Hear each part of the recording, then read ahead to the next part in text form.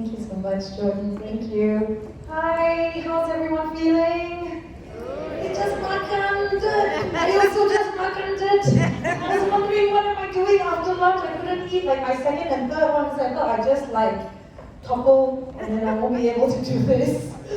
Thank you so much everyone for having me. My name is Greta. I'm from Singapore. I think this is a really, really beautiful setup. I'm so invigorated by what we're doing here today, and I'd love to come and share a little piece of my story with everybody. And I hope, while you're food comaing, some of this information might come through, in the recess of your mind as you slowly settle in. I know you guys are just kind of feeling a bit uncomfortable and just going like, okay. You spend the first half of your day really focusing. So this is a challenge. I implore you, and I would like to invite you as well to come on this journey with me and just kind of suspend your disbelief and your bellies for the moment. So let me first introduce myself. My name is Greta, and I've had on and off cam experiences for about 2 decades. I'm not going to reveal my age, but I've been a producer, a presenter, business owner of a production house.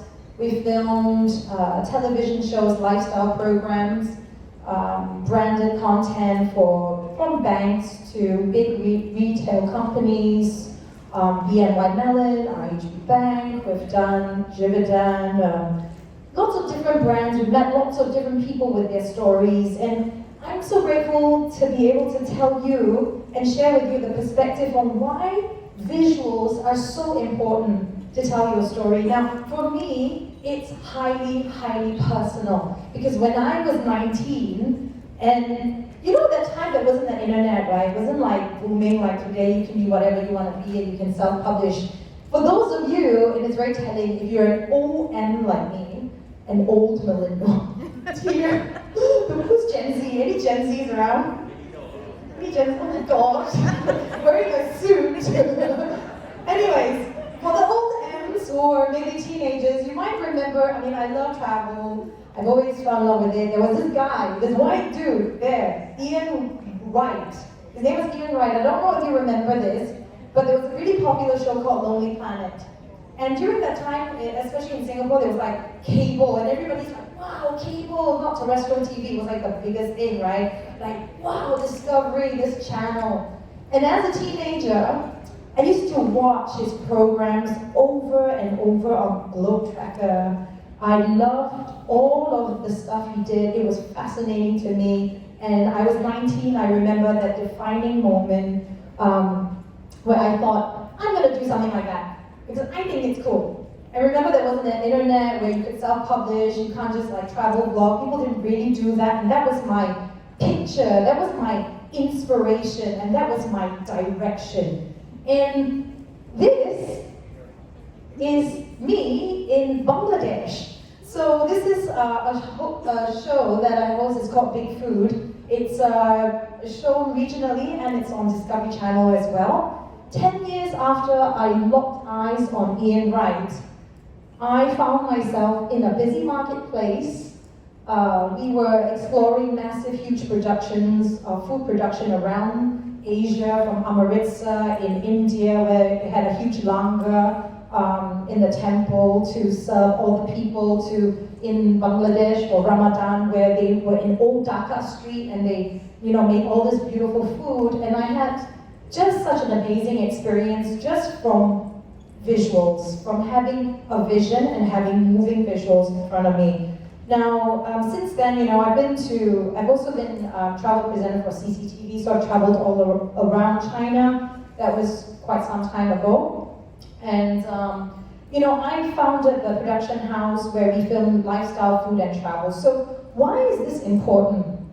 Because video is important. It connects. It connects emotionally on a level where we don't even understand. On a plane that, cutting through our 5 senses, there's something that hits us right there, that vibrates within our heart. And what we send out, the message to the world, that's that strong emotional message of motivating you, of, making you feel like you can do whatever you want to do and be whatever you want to be. So what does it mean for you and your brand story? Well, we're looking for that higher retention rate, we're looking for higher engagement, and if we just break it down, we're all human beings, we get excited about different things. And what's the biggest thing that, in our lives we talk about? Well, maybe for some, they're over it because they've got the kids and everything. But love is a huge thing, right? It's a massive motivator. And so I'm going to share with you how this company so cleverly used something that's so primal to all of us to speak their truth. Now, Knorr, how many of you cook at home? Do you know Knorr? Do you know that brand Knorr? It's been around for like 178 years. It's been around for a really long time. But what's the vision that you get is like maybe your auntie or your grandma or your mom's cooking in the kitchen with it. It's not very trendy, right? It's not like super sexy. It's not sexy. It's sauces and stock cubes and recipes, right? But Knorr had an issue because they wanted to be part of this conversation with the new generation of users from 18 to 34. And part of their genius is they realized that they had a huge, gigantic task, and that's to connect with this younger generation, and it's easier said than done. So they had 3 objectives, which is to connect with the passion points of the millennials, the younger ones, I think, young millennials. The old ones don't really qualify anymore. And they came up with this superb campaign, which I'm going to ask our dear Diana to kind of play that for us. So they had 3 objectives, and have a look at this and tell me how you feel after it. The campaign is called Love at First Taste.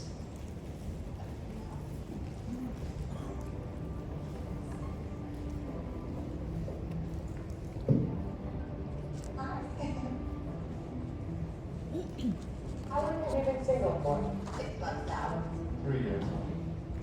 Why? I don't know. That's a complicated question. How do you define love? Passion. Something that you sing about all the time. My ideal partner would be Secure. I like them to be a combination of elegance and clumsiness. What are your favorite flavors? I like hearty stuff. Love fish. I love spicy food. I have really high tolerance to spicy food.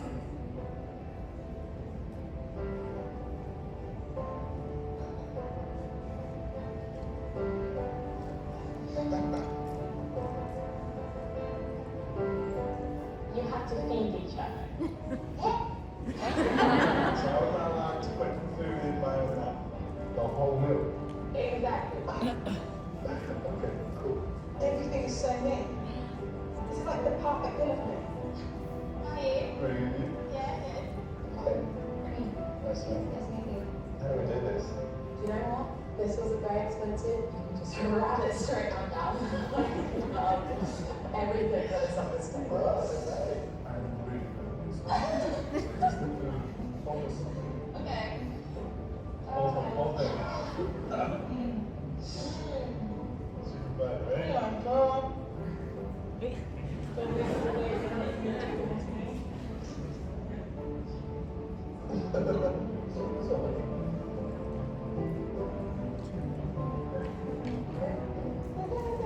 It's very good.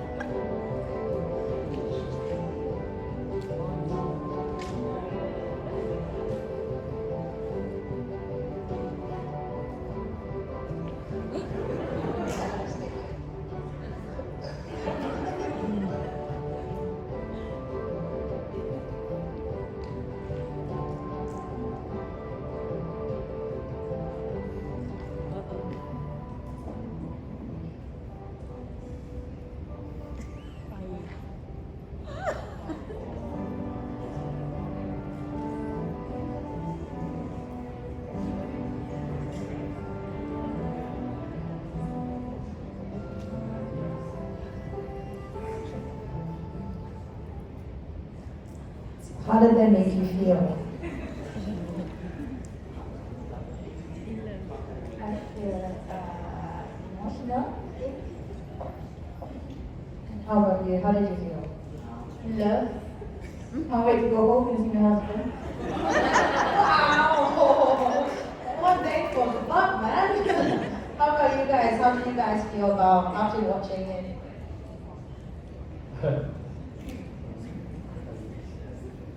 You can't say anything. And how about you? Whenever imagine how food and create those relationships at back. That's an amazing piece of marketing, isn't it? And also amazing piece of video content. You're right on the money. How can something that is, like you could never imagine this product would have such a sensational connection? And they had three very clear objectives. They wanted to make that emotional connection through this very engaging topic, as opposed to just a product. You guys all seen it, everybody knows it. I mean, we are consumers from when we were like so little, right? You see product ads, and it's about the product, and there's something in you that just switches off. And so that's what branded content is. It's looking at it from a completely different point of view. Their three key recommendations were differentiation, purchase intent, and market share. And that's what they've done. They've got people, more than 1 billion impressions, and they've got this study to help jumpstart that. Now, how did they come up with that creative idea? I think if you're sitting in your office, you're going, how do I come up with those amazing creatives with what I got, which I'm maybe a bit bored of, let's be honest, right? You look at it day in, day out, you're like, I can't see it. Now, looking at different market research could help. So 78% of people said they would be more attracted to a partner who likes the same flavors that they're fond of. And 1 in 3 claim that if their partner liked a different flavor, they would be worried about their long-term commitment. So if you have somebody that doesn't like spicy food and you like something, I'm not sure how long that's gonna last. But they used information, market research, and they thought, well, what are we going to do with that piece of information? How are we going to make that relevant to our product? And I think what they did was they asked the right questions. It's not easy coming up with a campaign like that, obviously, and there are a million ways to skin a cat. But one of the most important things that we need to look at is turn the lens onto the customers, turn the lens onto the consumers, turn the lens onto yourself. Look at you and your family and your friends and really boil it down to the essence of what are those major human connections, what are the major emotions, and how can we tap into that? So this campaign was just insanely viral. You know, it ticked all the boxes. It was a huge, like the most chosen watch on YouTube when it debuted. And it had like the longest, I think the completion rate of people watching it and then sharing. Like this is remarkable for a 3-minute video. People are sharing it and watching it almost at least to 40% of it. So it had won lots of awards. It achieved its objectives, but it did it without putting the product first. And I think that's one of the big takeaways is that if you can turn your lens and look at your product in a completely different way, if your company can sponsor some studies, some focus groups, get some kind of data that could drive your creative, because there are data to help you think differently about what your challenges are in marketing, something which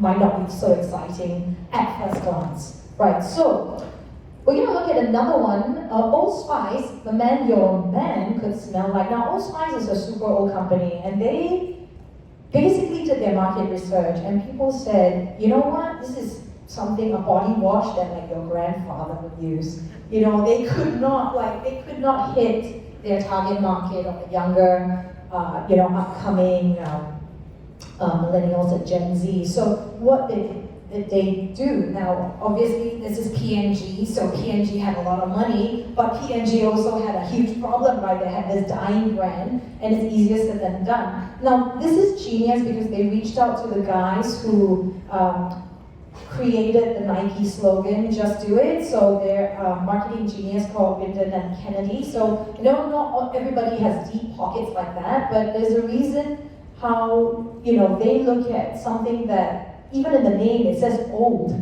It's like it's got everything against it. Now, data is everything, and market research is everything. And what they did was, this was key.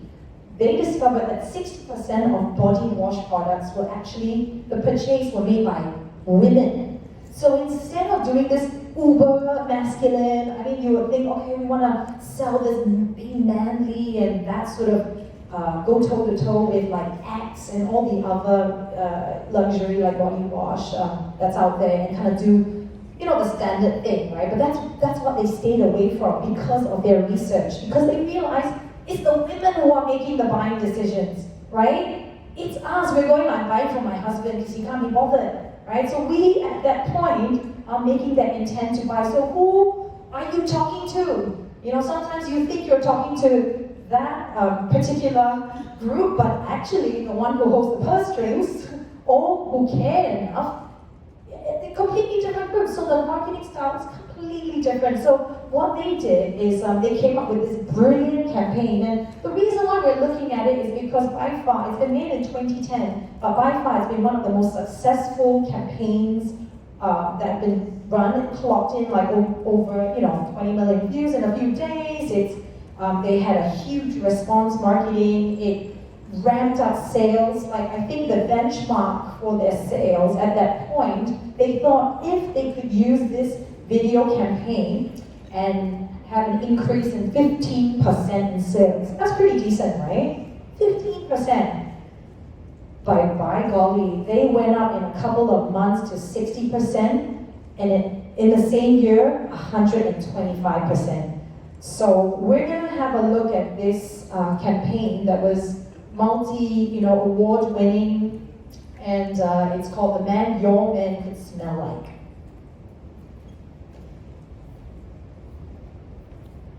Hello, ladies. Look at your man. Now back to me. Now back to your man. Now back to me.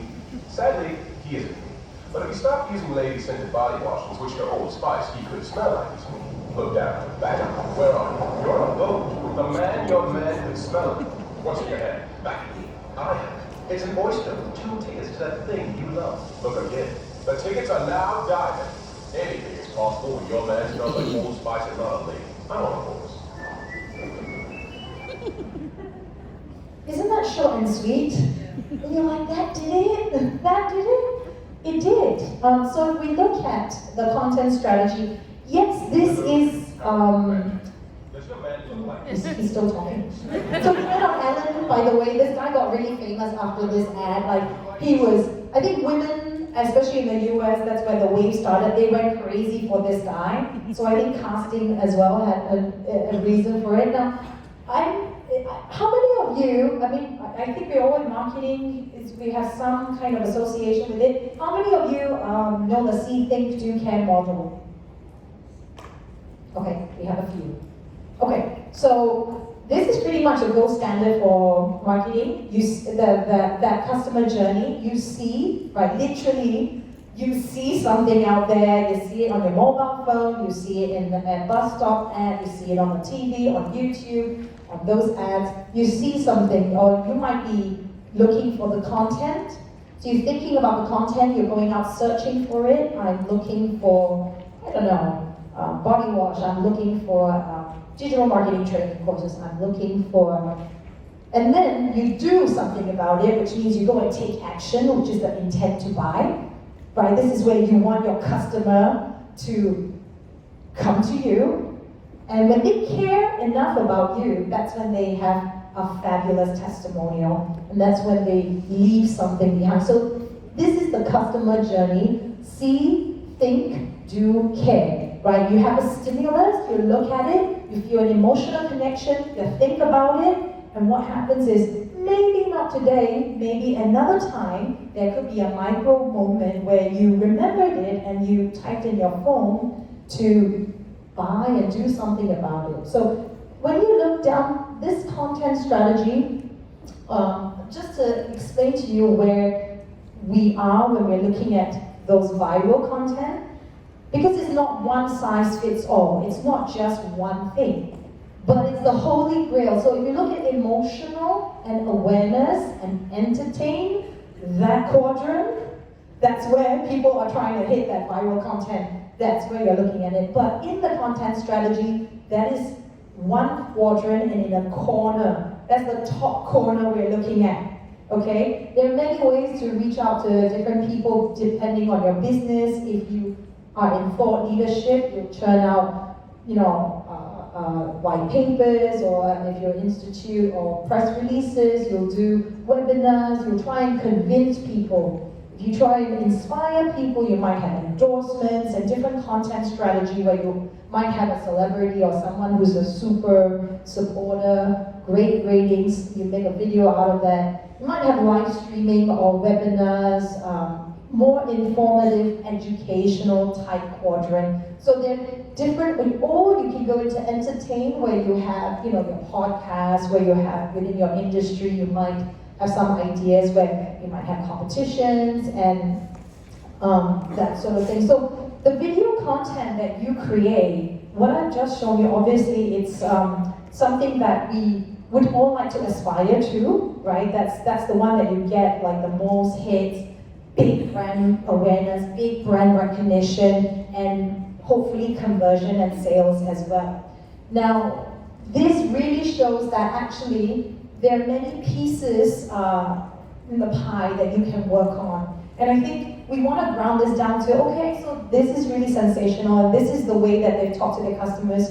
We're not doing the exact same thing, but you're looking at their strategies, and you're looking at how they think about it. So I think that's one takeaway. And the second one is that there's so many different ways that you can come up with your video strategy, because each industry is different, each focus might be different. Some are more serious, some might be more fun and engaging.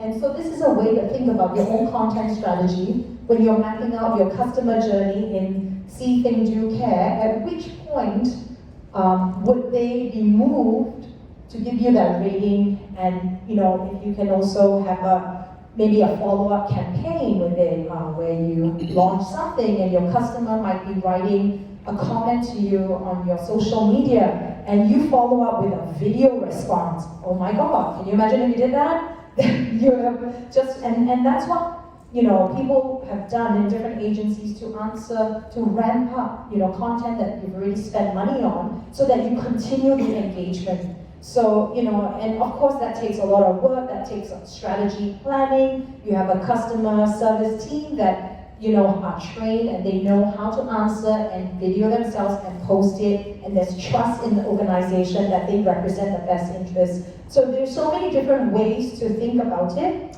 I'll just go to the next slide. So what we've just seen really sits at the top, right?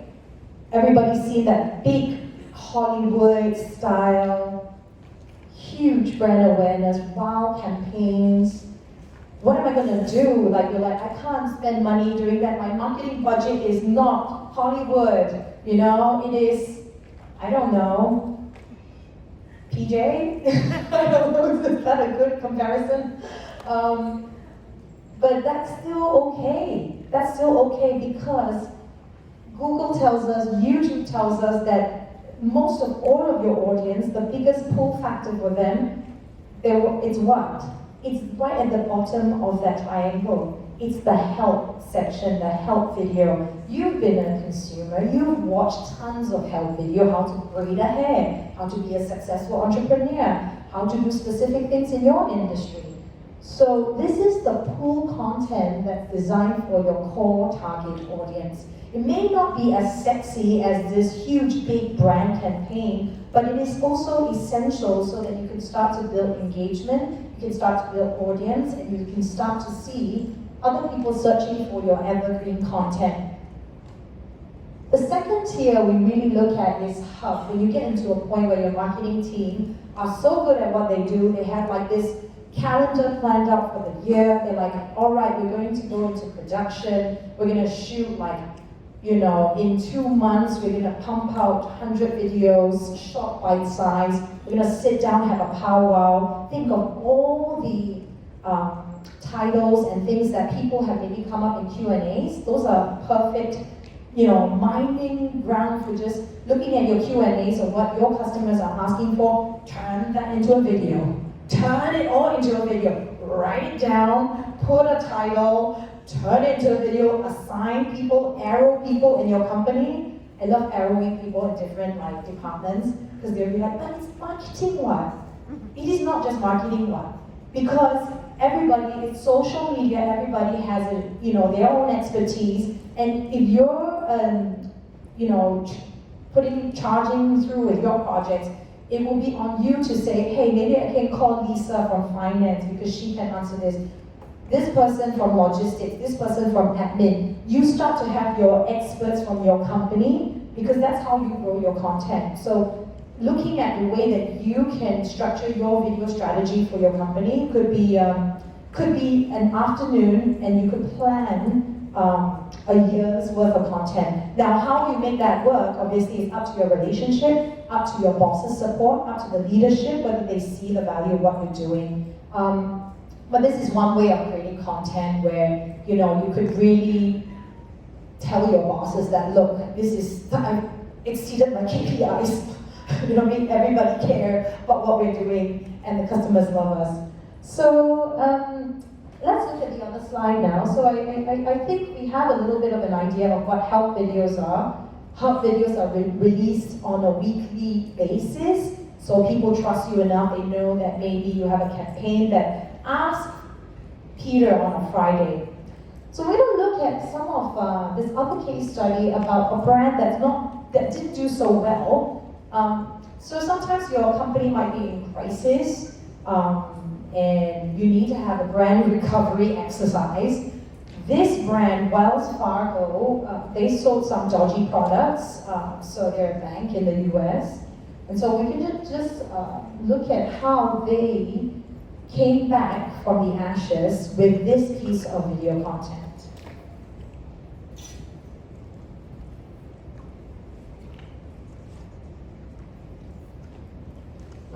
We know the value of trust. We were built on it. Back when the country went west for gold, we were the ones who carried it back east. By steam, by horse, by iron horse. Over the years, we built on that trust. We always found a way. Until we lost it. But that isn't where the story ends. It's where it starts again. With a complete recommitment to you. Fixing what went wrong, making things right, and ending product sales goals for branch bankers. So we can focus on your satisfaction. We're holding ourselves accountable to find and fix issues proactively. Because earning back your trust is our greatest priority. It's a new day at Wells Fargo, but it's a lot like our first day. Wells Fargo, established 1852, re-established 2018. So this piece of content is created this way, and it'll be different if it was a commercial, because we're in YouTube land and the way people view things is different. You notice that all of a sudden it had stopped and it was black, and that's when they had more trust in the company, and things went back up. So it's called re-establishing themselves in this campaign. And so what that does is, if you're in a normal commercial situation on traditional TV, the product, you probably tease, and then the climax, and then at the end you'll deliver the product. But the rhythm of how you think about your content, how you deliver as well, can be a little bit different, because people can stop. You want to grab their attention maybe in the first few seconds. Maybe doing something like that is very dramatic, especially for a bank, where you turn the lights off. It's almost like, the company's gone bust. So I just want to maybe take a pause here before we go into YouTube's ABCD of actually creating videos. How many of you, what's your problem? What's your pain point at work? Can you, I'm sure you think of it every day. I'm just going to come and ask people who are looking at their notes. What's your pain point at work? What's your name? Hello. Hello. Okay, I was not selected, but okay. My name is Aisha. Pain point at work. I think finding a balance between trying to be creative and also staying corporate. So I do social media for, I would say, a pretty corporate image kind of company. And social media is very creative, right? It's very like out there. TikTok videos are like really creative. But when you have this image of a brand that's supposed to be really corporate, you're like, oh, you can't use words like apa khabar, admin, you guys, apa khabar you guys, like I can't call myself admin on social media because it has to be like a corporate lingo. So finding that balance between being true to that corporate lingo and also trying to be creative on social media. Yeah, I think that's my favorite word. Thank you for sharing, and I feel like you're speaking from your generation. Because you're speaking like somebody who consumes TikTok videos, somebody who watches it, likes it, and then now has to go out and represent that. Would that be your perspective? Yeah, I guess so, yeah. So you're actually judging it, yeah, I think it's great, you're a good judge of it because you know exactly what the audience wants, because you are the audience as well. And I think you've hit the nail on the head. A lot of the times it's about balancing that tone, that corporateness, and then also having that fun element, and where the rules of engagement are a bit different when you're on different platforms, and how do you not make your CEO look like, he's like not your age, right? He's not gonna agree. But then you can't tell him, but you don't know what young people like us like, or what, we're hired to do the jobs that we're doing because that's what we do. And a lot of the times, having creative ideas, it's also about managing your upper stakeholders as well. I think it'll be very interesting to have them do your work for a day, right? And see what ideas they come out, and then have a PowerPoint slide and just go, that's really boring. No, thank you for paying me to do my job. Now stop telling me how to do it. No, thank you for sharing your perspective. I think that's really wonderful. Anybody else? Maybe you can tell me what's your pain point at work, but first your name. Calling from film product. Introduce my company. Pain point. I would think a bit similar, but mine will be more on how we can creatively reskill the people. Because I think the whole market is changing, but we cannot, because of changing them, and change the whole group of people. But when we reskill them, we need to be very creative and telling them so they don't feel like you're trying to move them out, or you're trying to replace them. So I think this will be the immediate endpoint that I'm looking for now. So what's your role? What's your job? I am actually under a transformation task for the agency. Transformation is hard. Transformation is hard, yeah, because when people hear it, you're like, you come to get my job, right? Change, oh my gosh. You walk around, people don't want to be your friend, right? You have to work very hard to wine and dine people, to get to know them. Your problem would already be the role. So some of you would have that jobs where it's 100% you have to get through a lot of different hurdles. And you have to think of ways where you have to address the issue, and you could even be very bold to say, we're not here to take your jobs, we're here to help you, upskill yourself. And that's a tough sell. And those are, I love hearing a little bit about what you guys do, because I think it gives us a flavor of what's really happening on the ground, because there are big sexy things, and there are amazing campaigns, and there are different things that you can do for your business. I think it's good to kind of ground it. Perhaps I'll come over here. Peggy, would you like to share with us, what are some of your pain points in your industry? What do you do? We are the manufacturer for building material, and our pain point, we don't have the resources for content. Our salesperson didn't go to the site, take a proper photo. We don't have photographers. So yeah, we need to find a lot of stock images. So yeah, this is what we are facing. Then my colleague, he's very talented to do in-house What we call Pao is from A to Z. If he could do video editing, he do his photo shoot, video shoot on his own. Yes, everything. Yeah. Oh, of course. But we don't really have colleagues like you all the time. But let me tell you what, that is a number one problem for comms, for marketing, because they think your social media, you go and do social media. And they don't realize that I need your photos, I'm not there all the time, you are there. And so some of the ways that I have come about to tackle that is actually raise your hand and say this is a problem. So and educate them. Social media is social. I can't represent you because I'm one person, I'm not an octopus. I can't be 10 places at once.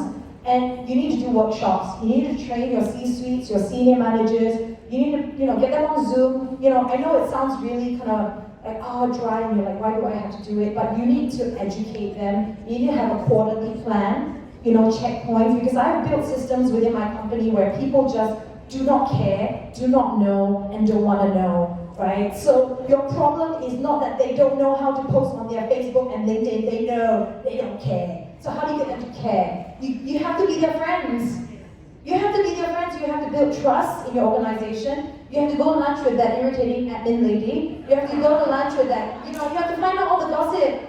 And then you go, hey, isn't that a nice idea? Shall I do that? Yeah. And then how about, then you tell like, Peggy, why don't you tell this other person, yeah, I think it'll be fun, right? We'll do like a really fun workshop and then maybe invite our boss. Because you need to have buy-in from leadership, right? But you need to go you bottom up and also top down. Because you go top down, they're just not going to send you that picture. Bye-bye. So you need to manage the process that it becomes a genuine project, it becomes a thing where you advocate for your content. I'm going to leave you with this last video of how do you actually come up with a creative idea. But before that, for the women here, I've actually created a Facebook group called Women Empowering Women in Business. It's a Facebook group. So please take up your phones, scan the QR code, join in.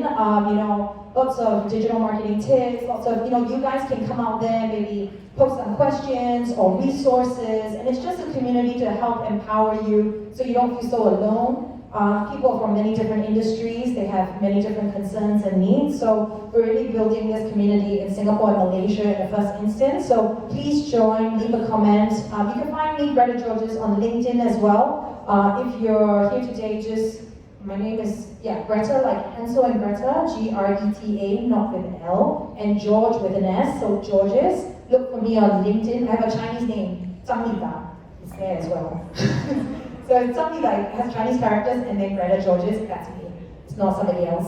So connect with me, leave me a message. I would love to speak to you guys during this 2 days and get your feedback, learn about your story. So I think we've come to the end of it. I'll just leave you with the last video. YouTube ABCD Creative Guidelines. Go and think about how you're going to inspire people in your own organizations. Thank you. Every day, more and more brands choose YouTube to tell their most important stories. But how can you make YouTube work for you? We've analyzed thousands of ads to identify which creative decisions are the most important in crafting a successful video.